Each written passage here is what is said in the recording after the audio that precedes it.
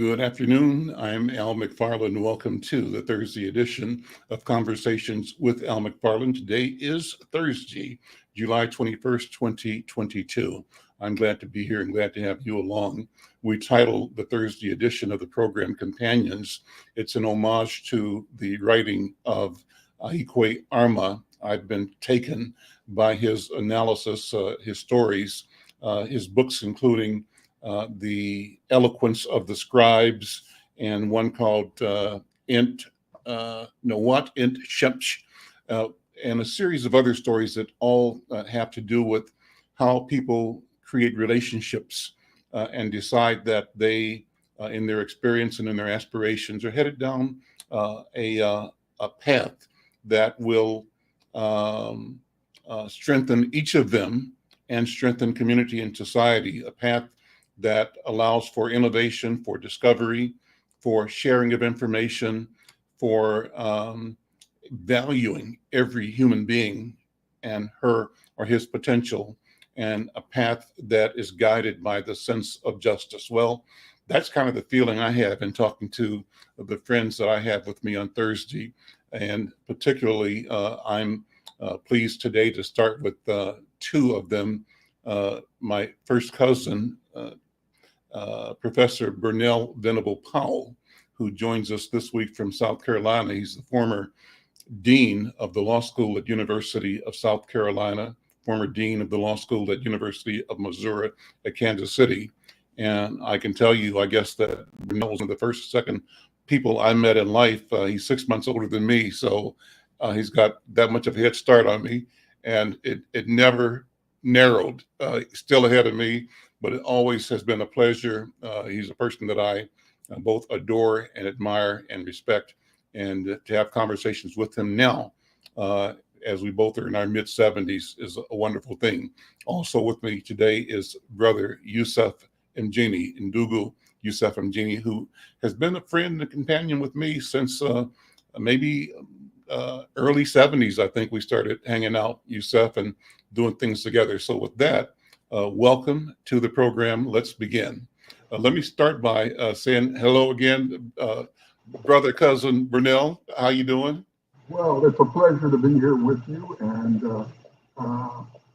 it's also, I guess, a pleasure to be reminded how old I am. But one of the things that coming together with you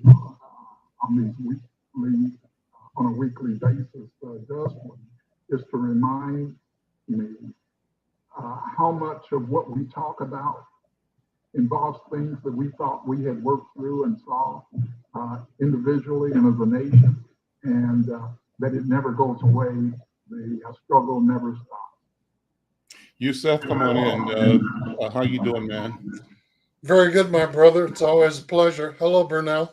Good afternoon. Yusef, let's start with you, man. We talked before the show about several things that are on your mind. Let's have you throw it out and sort of walk us through a conversation, our feedback, and our look at what's current. Sure. I found it interesting that earlier this month, Al and Burnele, that Donald Trump called Robin Vos, the Speaker of the Wisconsin Assembly, and pushed him to support a resolution to retract the state's 10 electoral votes for President Biden. So he hasn't given up on Stop the Steal, not one bit. Similarly, the Democrats were attempting to position themselves in opposition to the Republicans in support of the Safety of Marriage Act. And as it turns out, the bill was introduced in the United States House of Representatives, and 47 Republicans supported it. Similarly, in the Senate, 4 Senate Republicans have indicated that they too would support a Respect for Marriage Act, which means that there would be a narrow path for its passage. And it's interesting, it took us 100 years to get an anti-lynching bill, and we've been fighting for the past 10 to eliminate voter suppression. But it appears that Respect for Marriage may soon become codified in federal law.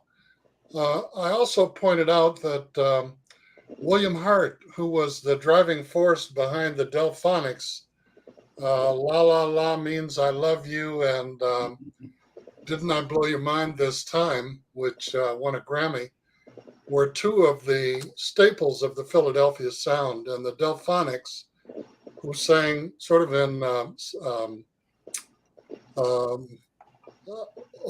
very high-pitched sound, falsetto, were a staple in the 1960s and 70s. And I'm sure that you and I and Burnele remember the Delphonics. I'm not certain about how widely memorable they are to the remainder of our audience, but I thought that those were a couple of important milestones. Further, there's been a lot of discussion about a Gallup poll that looked at the support for the media by people in the United States. The media in general was second only to Congress, which came in at 11%. And radio, television, newspapers all scored very low, below 20% in terms of trustworthiness and reliability.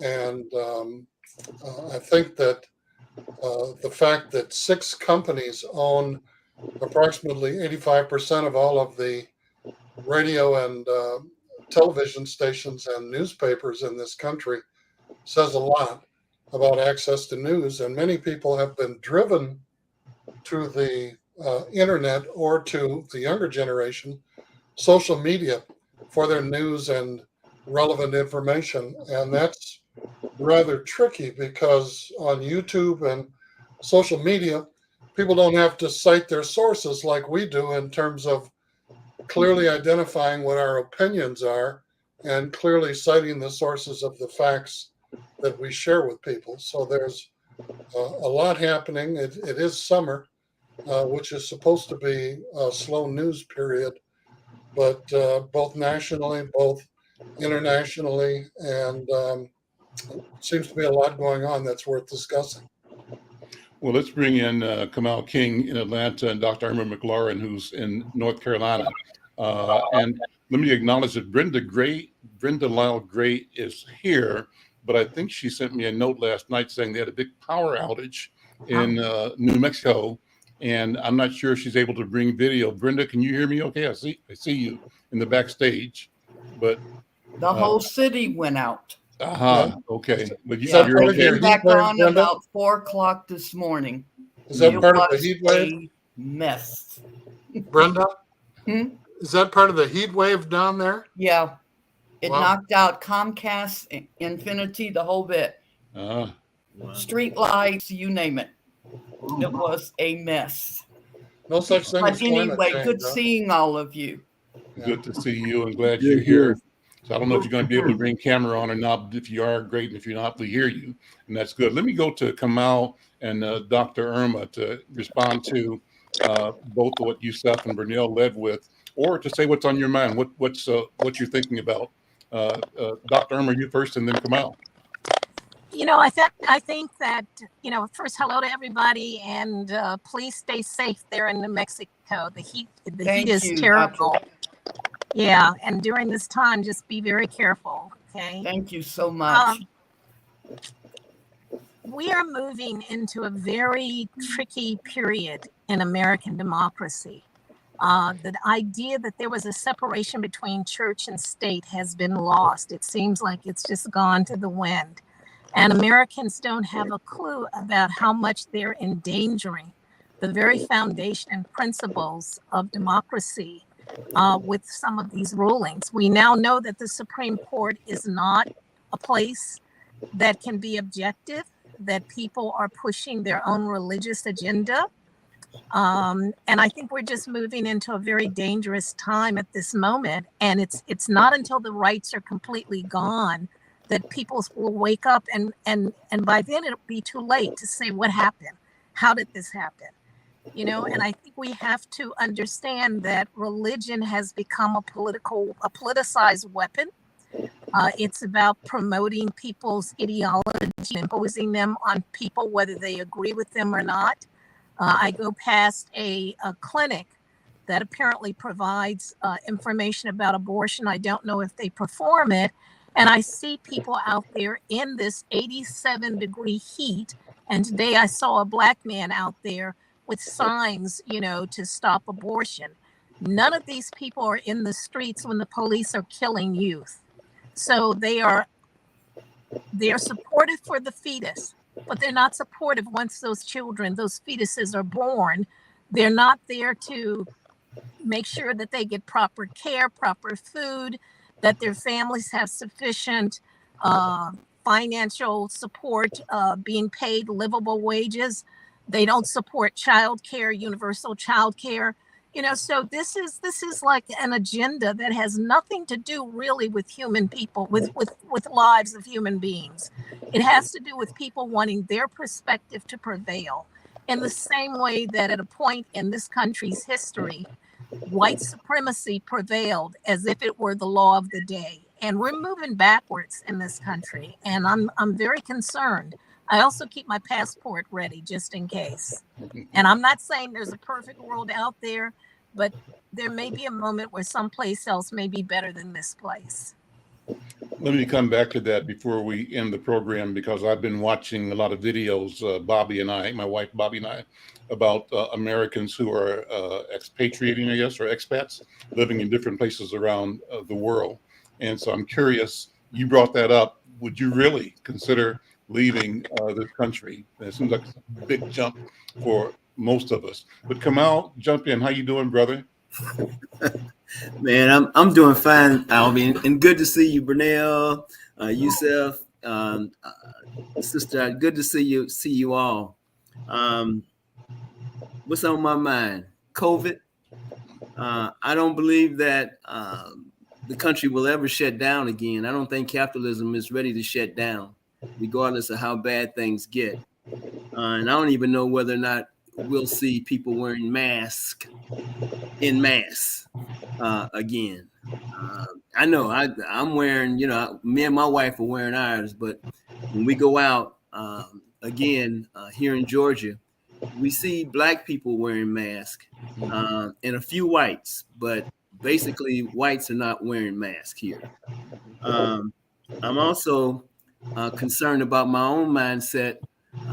In my men's Bible study last night, I said I'm concerned about China and Russia getting together and coming against the United States.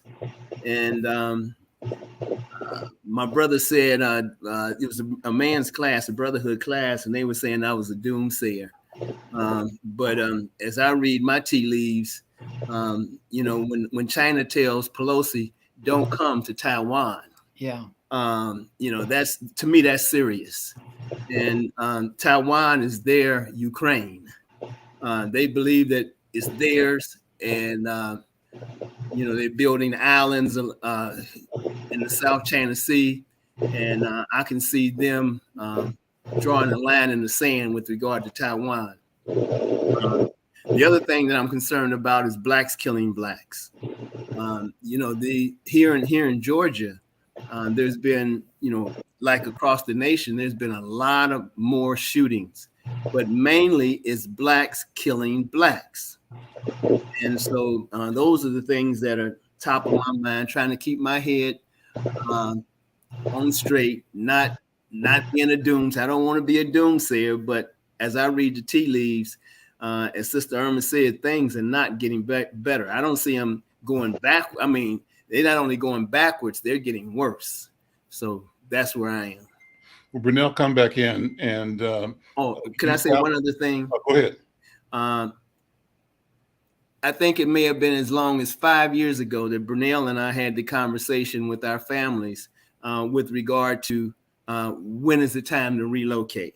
And now I'm hearing that more and more and more. Where would you relocate to? Well, we looked at Spain, but right now I'm gonna check out Hawaii. You know, I don't think that they're killing blacks over there the way the blacks are being killed here, and I don't think that the violence is happening in Hawaii. Now, it is a very expensive place to be, but I like Hawaii because it's, you know, it's still American soil. They speak English. Health insurance is good, you know. Irma, where would you go? What are your choices, your options? Well, I think probably where I feel most at home, ironically, is in Belize, where I did my field work. I still have many friends there from 25 years ago when I started doing research there. People think I'm Belizean American anyway. It's not a perfect place. It doesn't have the same kinds of resources. And a lot of the violence and some of the dangerous behavior that Kamau talked about is also being exported there, but it's still relatively a place where I feel most comfortable because the people look like me. You know, Europe is great, but I know that my experience as an expat in a European country is very different from that of the native-born blacks who live there. And I think we saw that after George Floyd's, the protest was also you know, in Paris, where police were killing Black youth there. So I'm not sure. While I think being an expat, Black American expat, if you're an artist, it puts you in a certain kind of privileged category. And I think we have to be real careful. I would like to just be with the folk. And right now, Belize, the Virgin Islands, you know, these are places where I've visited. I feel comfortable. I actually have land in Belize. And, you know, maybe it's time to go build that Lee house, as they say. Let me, before I bring you back in, Burnele, introduce another relative of mine, Philip McFarlane, who's touring the U.S. now. His band is called Earth Cry. It's a roots reggae band. But Philip and I, will be the youngest person on the call. So, Philip, I'm addressing you as a person who's got a certain investment in the future that we have and have had, but you're looking at it with a longer lens. Your future's ahead of you. I had two questions. One is to, first of all, welcome you, Philip, say hello to you. Bring him on camera, if you would, Bosch, or let's see, maybe I can do it. Let's see, yeah, let me try to do it. Oh, I don't see you. Is he frozen there or not? Yeah, I don't see him. He'll come back. He's there. But I want to ask Philip when we get him back to talk about how African people, or Jamaican in this case, how people of color look at America. What's his impression as a person not born here, with family here, and now touring? What's his impression of the news that we're talking about?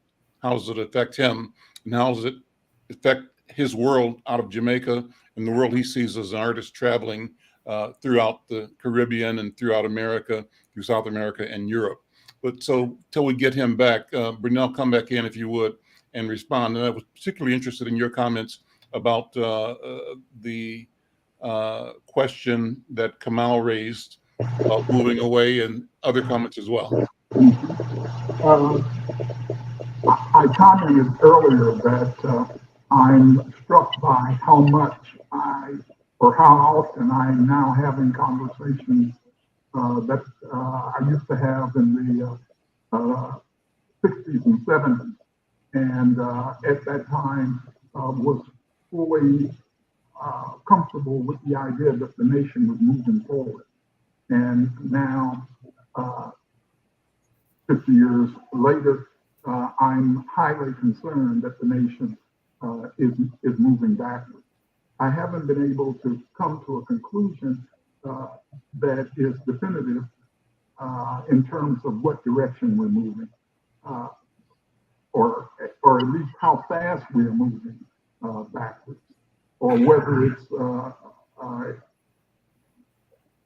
a backward move that's irreversible. But I am at the point where I am concerned. Just one personal note. I decided that I wanted to be a lawyer when I was about 8 years of age. And I have never wanted to be anything other than a lawyer, as passionately and as intimately as I relate to the notion of being a lawyer.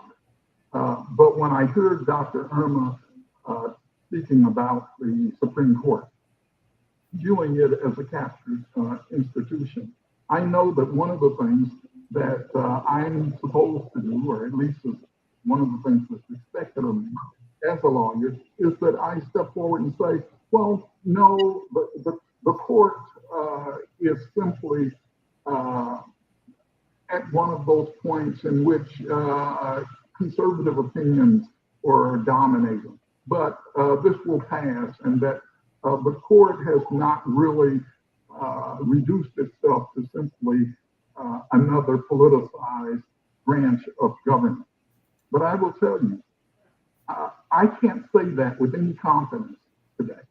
We have a court which has a majority that came about as a result of a political movement to put a majority or to make a majority on the court that was committed to certain political doctrines, chief among which was the overturning of Roe v. Wade, and less known, one of the priorities was to make sure that government was unable to regulate big business, that government would not put in boundaries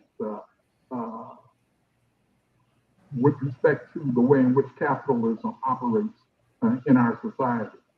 Those are both political points of view. And it's not simply a situation in which a little bit of concern is being expressed by the court. The court, in its Dobbs opinion involving Roe v. Wade, and in the West Virginia versus EPA case, took radically different positions than it had in recent years. And in both instances, basically declared that we want a result in this country where only the most, I guess, energetic effort on the part of the society will overturn the positions that we are announcing.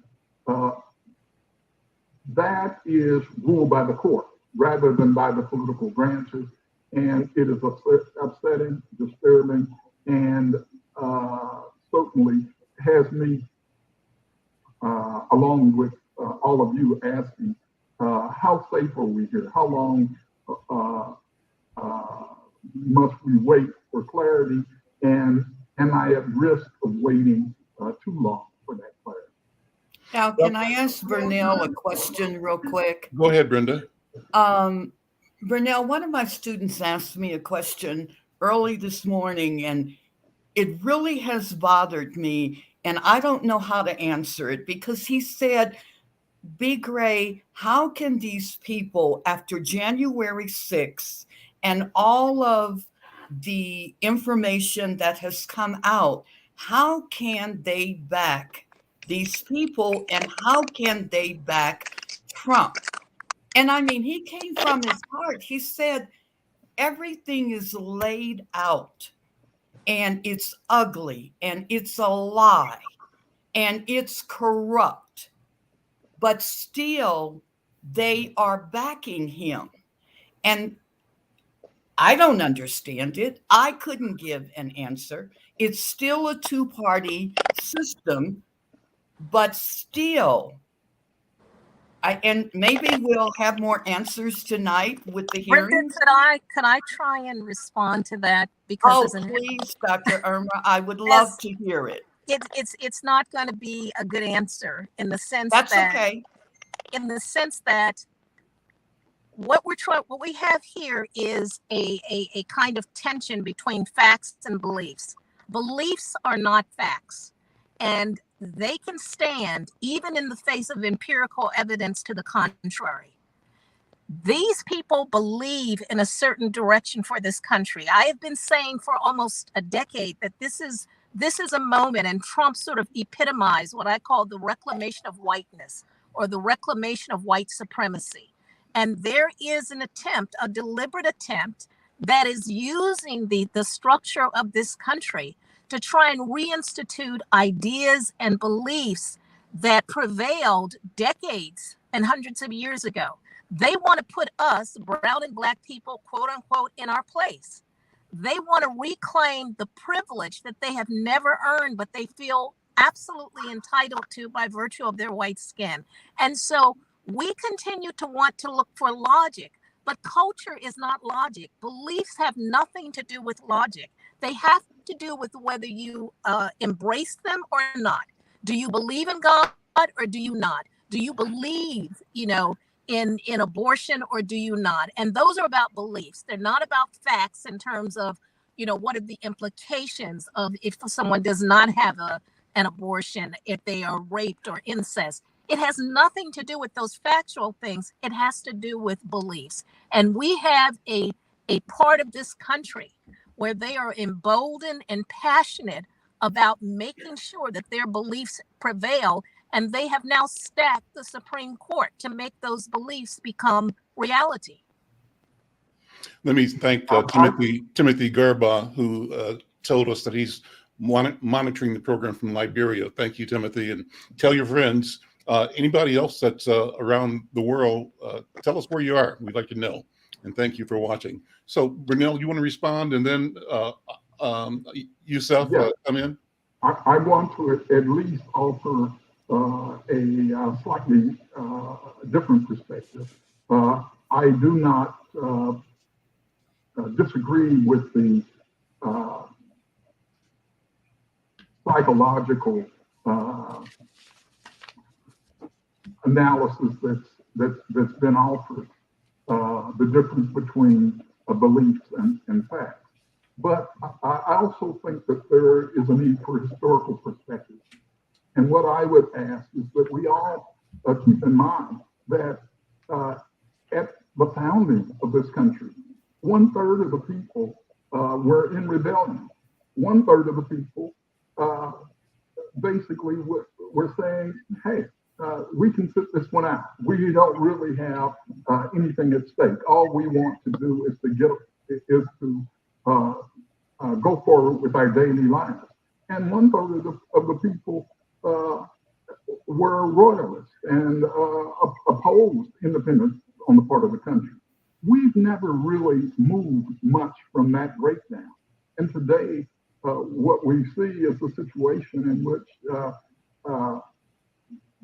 roughly, for instance, 60+% of the population believes in the basic holding of Roe v. Wade.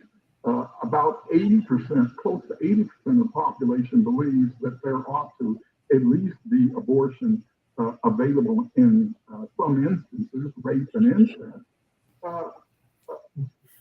But there is a very strong ideologically oriented base that has been relentless over the last 50 years. And I quite frankly think we're always going to have them with us.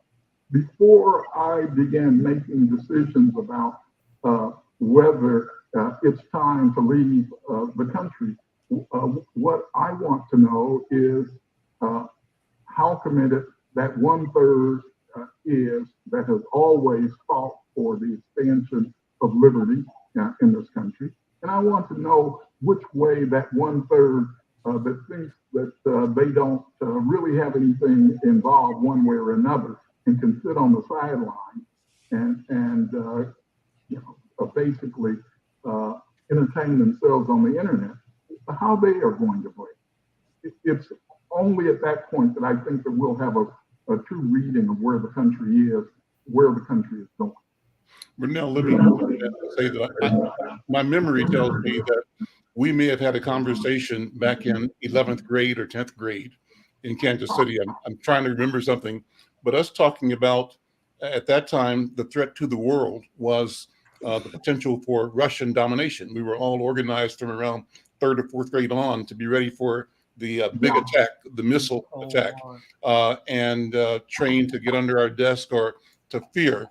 And the question we had in our conversations then was, how different would the world be if the Soviet Union, if Russia was in fact in control of the United States? I think I had this conversation with you, would have been maybe in 1964 or 63, maybe 61, I'm not sure. And I think one of us said that when you look at it, what would be different for Black people? Whether Russian or whether Irish or whether Italian or British or German, would our lives be materially different under one set of white supremacists, if we could call them that, versus another? Is that a conversation we had? Is it one that's relevant for today? So are you suggesting, Al, and believe it or not, my phone overheated and crashed, and so it had to cool off. So I don't know if it's the heat or what, but, you know, are we exchanging one set of sheets for a different one? You know, does white supremacy in Russia sound better? I think that question was already answered, you know, in the 1920s when I can't remember her name. She was a very good friend of Langston Hughes, but she also worked with Hughes and Zora Neale Hurston on Mulebone. And she took a group of people to film in Russia. And they were going to go there and make this film that was about Black people and the proletariat, and discovered that racism in Russian sounds just as bad as it does in English.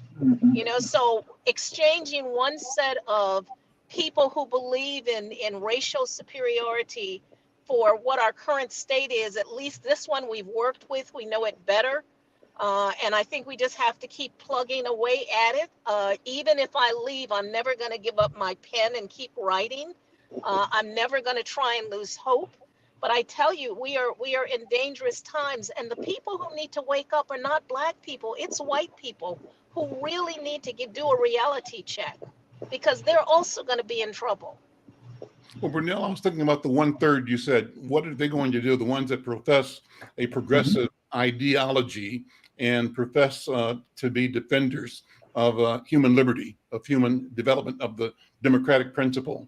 And so that's the reason I raised the memory. You know, your memory is better than mine, but I hope that I was sophisticated enough to say that authoritarianism is largely colorblind. Authoritarianism is in favor of authority for whoever has the power and whoever has the most power. Just think, as recently as 3 years ago, the media was full of discussions about the fact that Putin was going to be the savior of the white race, that he was the last white Christian who had power, who was going to protect Christians throughout the world, at least white Christians, and the right in this country. We're singing his praises and talking about what a great guy he was. And when I say the whites, I mean from the White House downward, all through fundamental Christianity in this country. We're espousing this nonsense. But authoritarianism doesn't care what color you are. What it cares about is who has the power, and it wants the power for itself. So I would hope that my answer back then was that the situation of Black people under an authoritarian regime was going to be horrible, that it was going to be unacceptable, and that the one thing that I know about this country is that the Black people in this country, having been brought here in slavery, having had 300 years in this country, having built themselves up in this country, are still the most successful group of Black people the world has ever known as a collective. And I'm not willing to give that up easily. Yusef? Well, in terms of expatriation, my vote is for Cuba. Love the music, love the people, would welcome the opportunity to make a small contribution there. In terms of the Supreme Court, I concur with Burnele that they've broken, the trust of 2/3 to 3/4 of the people in this country on a number of issues. But not only are they intent, and the Federalist Society and others on the right in putting their candidates forward, they're also equally as intent on preventing any nominees whose views may be broader or more open-minded or different from their own. In fact, I consider myself among those who believe that the right in this country have stolen 2 seats on the Supreme Court, one from Barack Obama and one from Joe Biden. So there appears to be no limit to the depths or to the legal lengths that they will go to see that their opinion prevails legally, politically, religiously, and ideologically. So we're in for a rough time given the supermajority that they have of 6-3 on the Supreme Court. Yusef, I sent you an email regarding that theme that came out of Dr. Bravada Akinsanya's Healing Circle last Friday, and it was the consequences of not knowing. And I added the consequences of not doing anything. True. What is it that we can do to get Black people to understand the critical consequences of not knowing and not voting? Before you answer, I've got my cousin, Phil McFarlane. He's got a signal issue, so he might get kicked off again. But Phil, if you hear us, jump in the conversation. Looking like a McFarlane. Can you hear us, Phil? He's frozen again. Yeah. So yeah, I'm hearing you guys now. He sent me a text saying that there's bandwidth issues. He's getting dropped out. Well, let's keep trying, Phil. And if we can get you when we want to, I want to let people know that he's touring and he'll be performing here in Minneapolis. The band is called Earth Cry. And maybe, Vosh, if you can open up our paper, you look at one of the pages, you see an advertisement in it promoting Phil's band's appearance in Minneapolis next week. So Phil has fans here and around the country. And again, the band is a roots rock reggae band. I think you can zoom into that one ad that says Earth Cry. So they're going to be in Minneapolis on July 29th at a place called the Ice House in South Minneapolis. That's Phil McFarlane. So we come from, guys, a musical family, Phil being the leader of one branch. You all know Wayne had been the pioneer in my personal family. And this past week or so, I've been working with my brother Micah. Micah is the one that has created a business with partners in Morelos, Mexico, to bring a new product to market. The product is called Rebel Avila. It's like tequila, but it's not tequila because it's not made in Jalisco. It's like champagne has to be made in in a place where they in Champagne in France. So, But it is muy suavemente. It is very so smooth. very smooth. Okay, thank you. Suavemente. Yes, ma'am. You know, let me try and respond to Brenda's question. I I'm think, sorry, Dr. Irma, you're responding to, I mean, you but know, these are but students, these are young these, people but asking. it's, you know, I'm in touch with a young man who changed careers to become a teacher, and I send him materials about Insight News and articles and things like that. I think we have to go back to being a village that raises children. We cannot rely on just parents alone, nor can we trust schools that, even if they want to provide alternative explanations and views, or views that bring the subaltern, you know, the minority view perspective into focus, their hands are being tied by legislation that says you can't do this and you can't teach that. I think we have to go back to the Saturday schools. My father worked at a synagogue for over 30 years. They always had Jewish school. You know, the kids would go there from the time they were young to learn information about their history and culture alongside what they You were being taught always in public mention school. freedom schools, Yet and we freedom had school. those. Yes. And I think we have to resurrect those, just as we have to make sure that we find ways to endow and support the Black press. You know, it's vital at this moment in time when we cannot trust what is being fed to kids in school under the standard curriculum. So I think we have to find ways. I think getting the newspaper out to people, finding ways to get it out across the country, across the globe, so that we're not alone in this struggle. But we're engaged in a struggle, and it's a struggle It's for a truth, fight. you know, and democracy and liberty and justice. We need to get the newspapers in schools too, somehow, so you that those students can introduce it to their parents, and we begin to have this chain of information. Because, I mean, we've had several guests last week, and that was the whole thing. We've got to educate people. What are the consequences when we sit up on November 8th and they've taken over the House and the Senate, and we're saying, duh?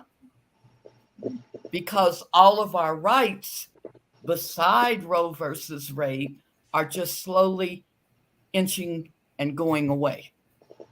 Yusef talked about media. We talked in advance about the Black News Channel. Give us an update on what's happened there, and let's have a discussion about how we know, how we learn, how we communicate our vision, our value, how we create our story, and how technology may allow us to do things that we couldn't do, where things that were suppressed by the power of a social network that existed in part to suppress us to maintain its own advantage. But Yusef, what do you think? Yeah, let me just inform Burnele that there's a person in the comments section who wants to know if she's a relative of yours, Gail Venable Tyler, and you might want to look into that.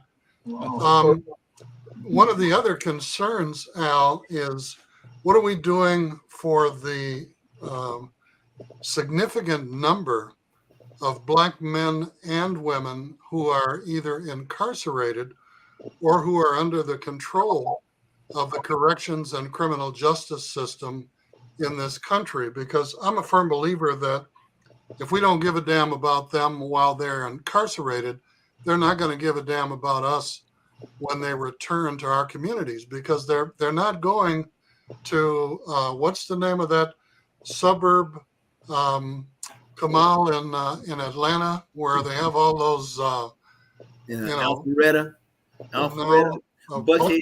Buckhead. Yeah, they're not going to Buckhead or to Minnetonka when they're released. They're coming right back to the African American community. And, the media is not going into those institutions. The Black media needs to be going into those institutions. We used to say that when you surrender control of your image, you're captured. And unfortunately, the only time that we make the majority media is for a no-hitter or a shootout. And Al, you and I discussed the fact that over the July 4th weekend, that more black people were killed on the south side of Chicago than white people were killed in Highland Park, 14 miles north of the Loop. And there was not a squeak of that either in the national or in the local news. 71 people got shot over the 4th of July weekend in Chicago. And we talked earlier about the black on black violence. Black people kill most black people, white people kill most white people. And we really have a role in terms of addressing the tremendous increase that Kamau talked about at the beginning of the program of black on black crime, violence, murder, rape, abuse within and outside families and among total strangers in our community. And the sad fact is that it's over the most insignificant stuff, like somebody making a comment on social media about somebody else or their girlfriend, then it has to be settled with gunplay. That's absolutely ridiculous. But our kids spend more time in front of a TV set before they enter kindergarten than they will spend earning a 4-year college degree.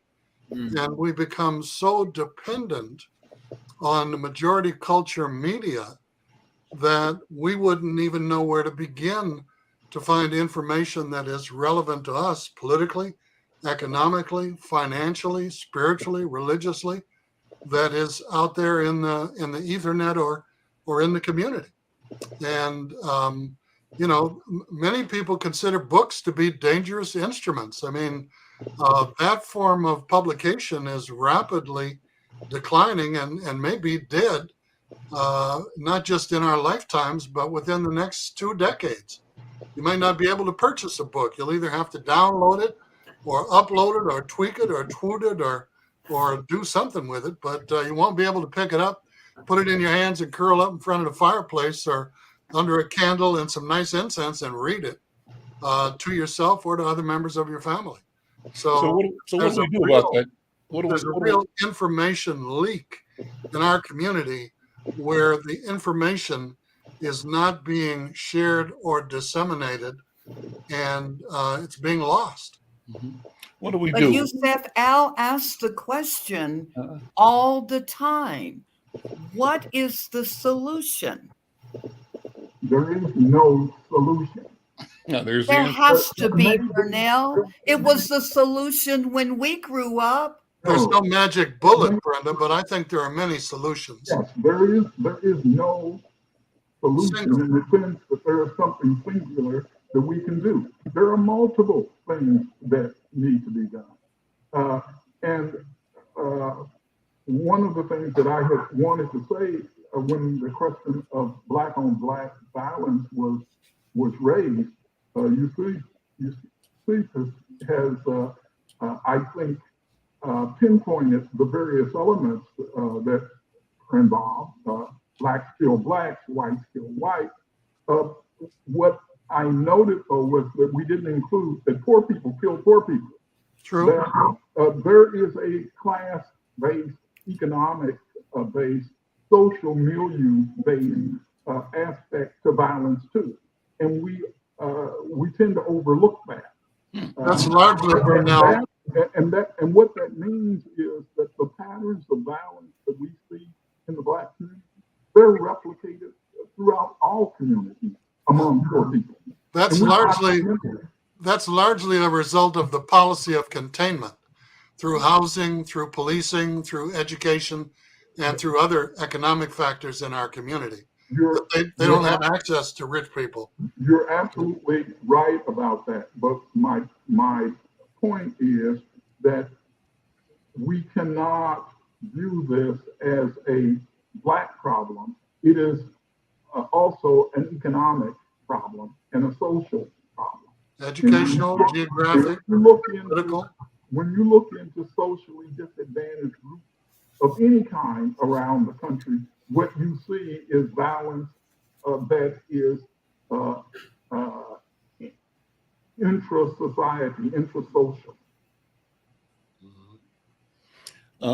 Vash, bring up the front page or the page 3 story on Allen Media Group buys Black News Channel.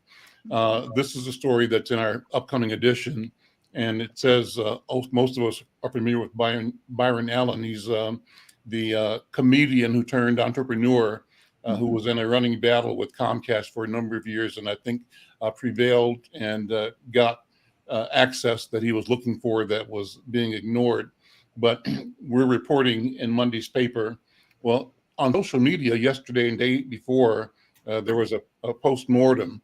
I think Roland Martin in particular talked about what happened, that the Black News Channel met its demise. And the backstory is that this is a company that was created, funded by the Jacksonville Jaguars owner. His name is Shad Khan, who had invested $100 million in the creation of this venture in 2020.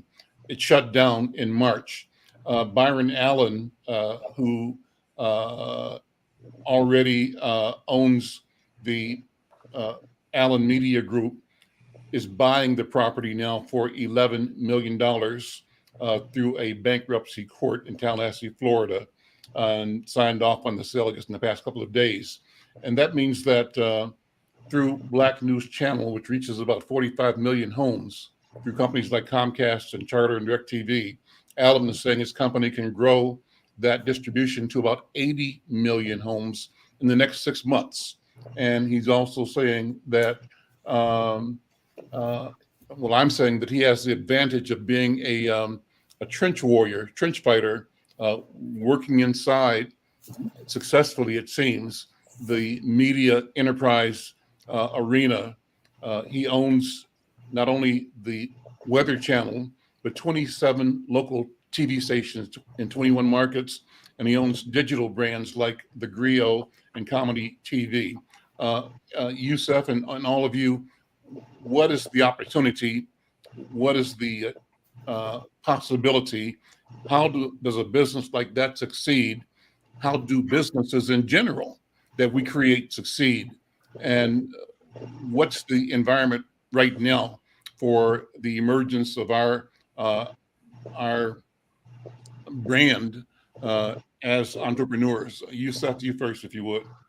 Well, I can remember back in the 1970s when BET started, that the brother who started it was going to the library and checking out Little Rascals movies and showing them on BET because it was carried in 400 markets on cable TV, and he was getting 15 or 20 cents a month from each of the homes in those 400 markets, which allowed him to use stair-step financing and gradually build that market largely on the basis of Michael Jackson videos and other, recording stars.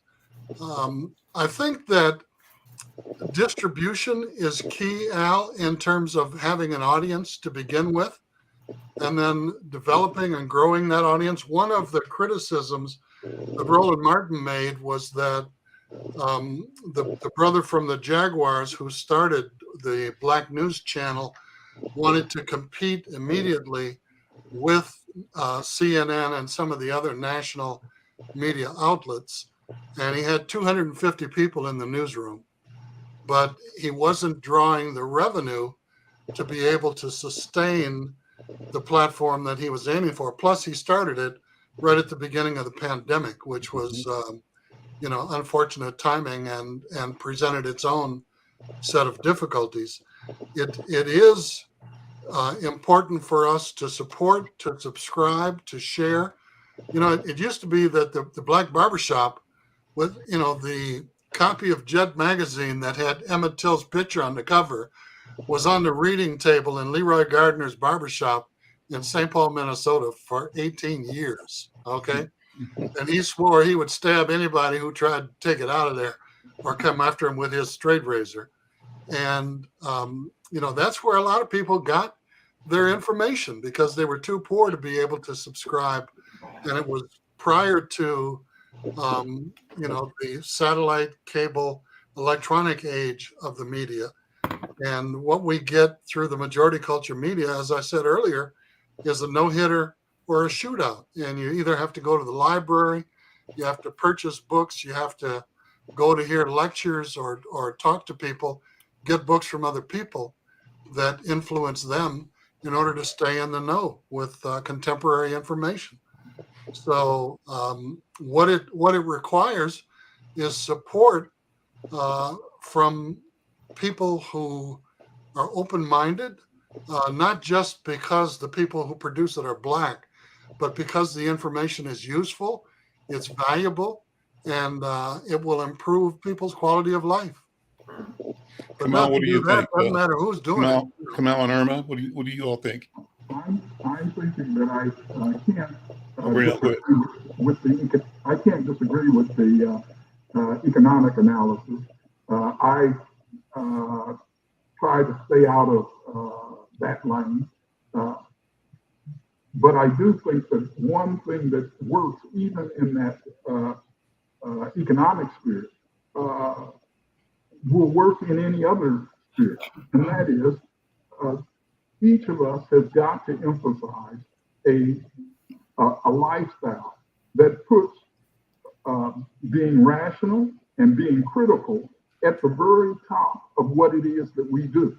We ought to be approaching the world in a manner that insists upon rationality and critical analysis with respect to everything that is going on. And we ought to marry that rationality and that commitment to being critical to our activism. And that activism ought to be in all spheres all the time. And we can do that on an individual basis, and we can urge each and every one of our brothers and our sisters and our neighbors in that direction.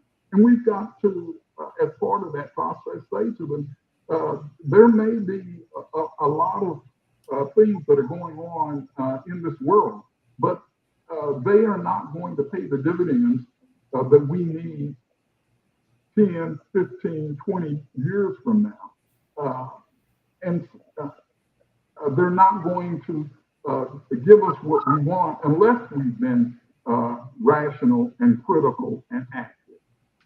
What does that mean to you, Kamau? What does it mean to you to have an approach, a policy, a strategy, a training of ourselves, our minds, and our community around a protocol of being rational and being critical, a way of life?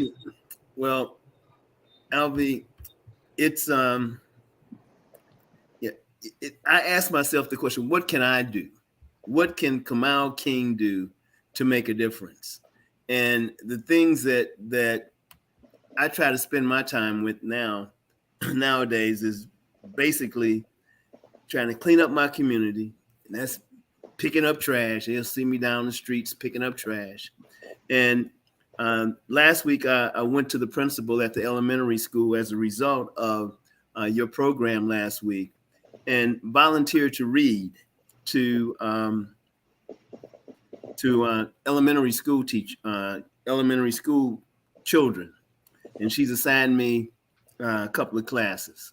So I know it doesn't sound like much, but that's what is rational to me. That's what Kamau King can do, and try to stay informed.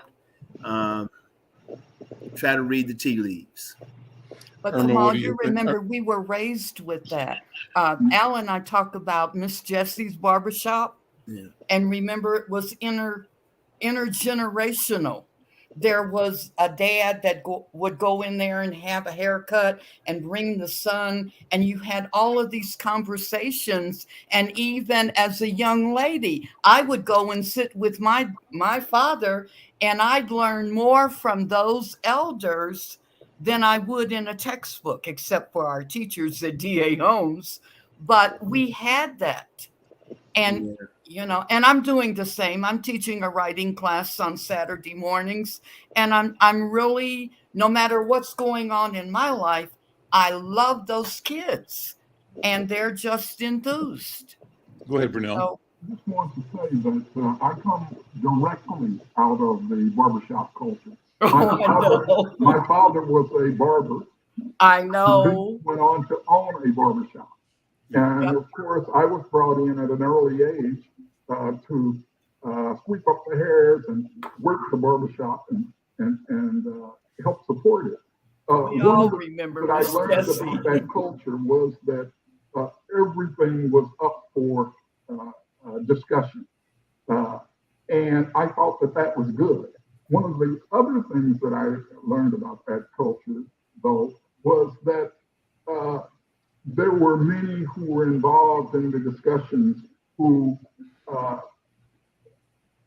simply wanted to be followed because they were capable of speaking, not because they had anything that was that productive to contribute.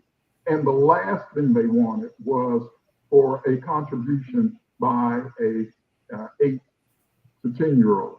That's for sure. To the conversation. I learned to keep my mouth shut. That's for sure. But having been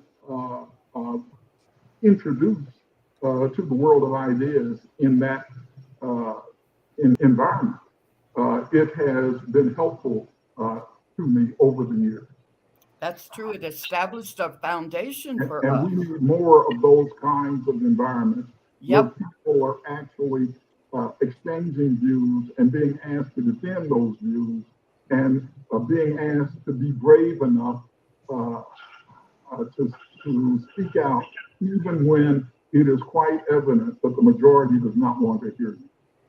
Let me ask Irma to close us out today. But before I do, Irma, I wanted to just say that you sparked another memory, Burnele, and that is me and you with push brooms in your dad's barbershop. And I specifically remember the conversation we had about Stevie Wonder.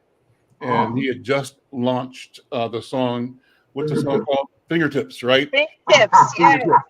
And we were sweeping, and the song was on the radio, and you gave it the Burnele Powell analysis about how important this was, how great it was. So it was cool. It's a good memory.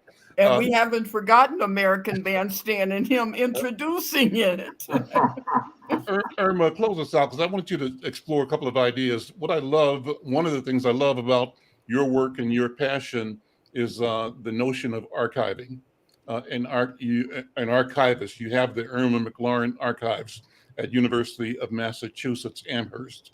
But as an anthropologist, you are committed to the life of documentation, of gathering and researching and cataloging and preserving the stories, the data.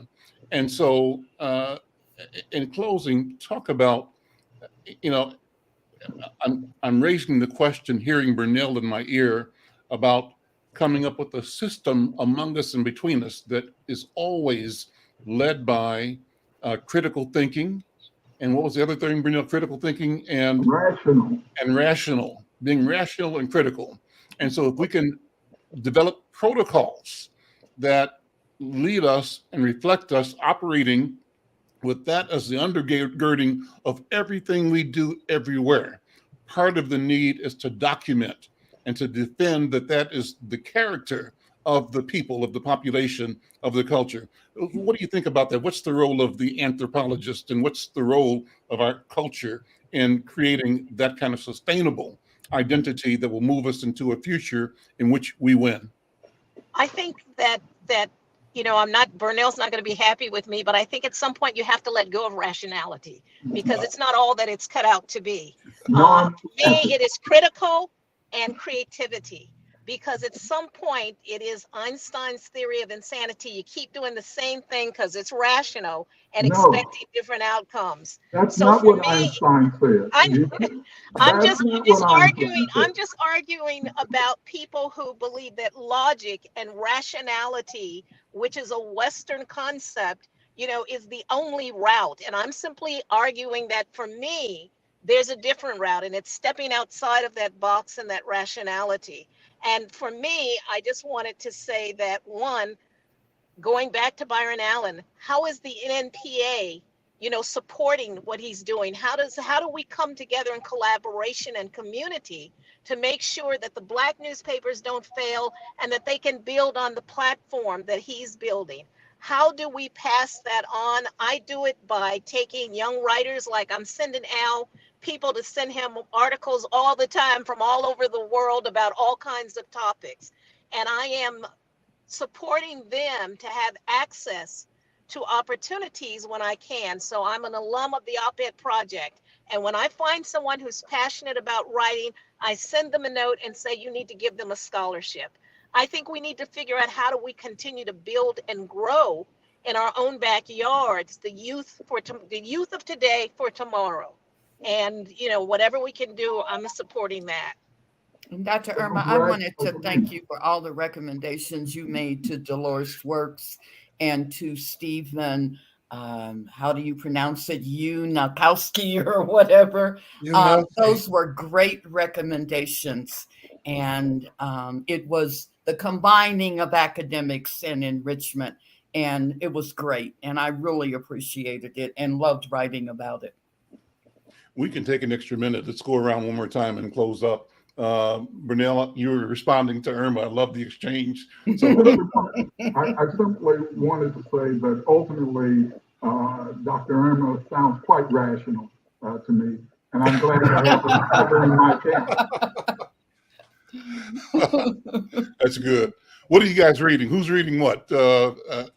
Yusef, what you reading? Anything? I'm reading 5 or 6 books, Al, but I just want to say 2 things are foremost in terms of our critical thinking and our view of the world. One is, what is the value added benefit? And 2 is, who are the intended beneficiaries? And I ask myself those questions about any endeavor that I might be attracted to or I might be invited to participate in. What is the value added benefit? And who are the intended beneficiaries? Okay, and those 2 questions will tell you everything that you need to know, whether it's a book, whether it's a person, whether it's a movement, whether it's a volunteer opportunity, whether it's a critical issue in our community. And I try to keep those at the forefront. And I think when I do that, I never go wrong. Mm-hmm.